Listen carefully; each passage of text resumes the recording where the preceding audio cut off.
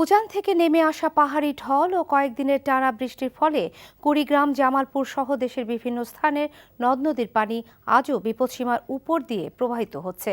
এখনও পানিবন্দী দুর্গত এলাকার কয়েক লাখ মানুষ। বাঁধ ও উঁচু স্থানে আশ্রয় নিয়েছে দুর্গতরা। প্রশাসনের পক্ষ থেকে ত্রাণ বিতরণের কথা বলা হলেও তা পর্যাপ্ত নয় বলে অভিযোগ তাদের। বিস্তারিত ডেস্ক রিপোর্টে। বন্যায় সবচেয়ে বেশি ক্ষতিগ্রস্ত হয়েছে কুড়িগ্রাম জেলায়। এখনও বিপদসীমার উপর দিয়ে প্রবাহিত হচ্ছে ব্রহ্মপুত্র ও ধরলার পানি। চিলমারি সহ বিভিন্ন উপজেলার প্রায় সর্বত্র পানি আর পানি।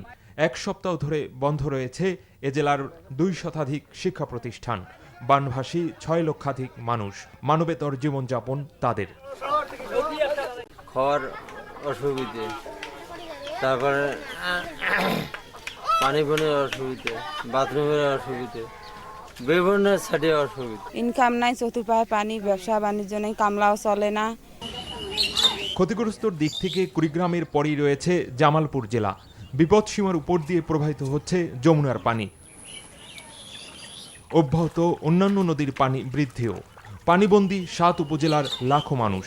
পানি আসি মানুষ মরি যা নাইছে, ভাতে বানিয়ে মরে নাইছে, ইয়ারা নেম্বর চেয়ারম্যান দেখে না, শোনা না, উদ্দেশ্য নেয় না, খবর নেয় না। সারাদিন উভাস পারি, রান্না বান্নার অভাবে আবার রাত্রে করি, ওই আজ জাগরণ করি। কারণটা হলো আমাদের এই চর এলাকার থেকে ডাকাত আসে।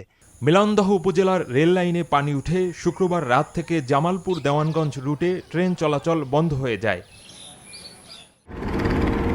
মুন্সিগঞ্জেও পদ্মার পানি বিপদসীমার উপর দিয়ে প্রবাহিত হচ্ছে। বেড়েছে মেঘনা, ধল্লেশ্বরী, ইসামতি সহ নদ নদীর পানি। প্লাবিত হয়েছে বিভিন্ন উপজেলার 40টি গ্রাম। ফরিদপুরে পদ্মা ও আড়িয়ালখা সহ নদ নদীর পানি বিপদসীমার উপর দিয়ে প্রবাহিত হয় এ জেলার প্রায় 50,000 মানুষ পানিবন্দী। যমুনার পানি বেড়ে প্লাবিত হয়েছে বগুড়ার সারিয়াকান্দি ও ধুনট উপজেলার 9 ইউনিয়নের বেশিরভাগ গ্রাম। দুর্গতরা বলছেন, শুধু বিশুদ্ধ খাবার ও পানির সংকটই নয়, রোগবালাই ছড়িয়ে পড়ার আশঙ্কায়ও রয়েছেন তারা। তবে প্রশাসনের কর্মকর্তারা বলছেন তা মোকাবেলায় তারা প্রস্তুত রয়েছেন।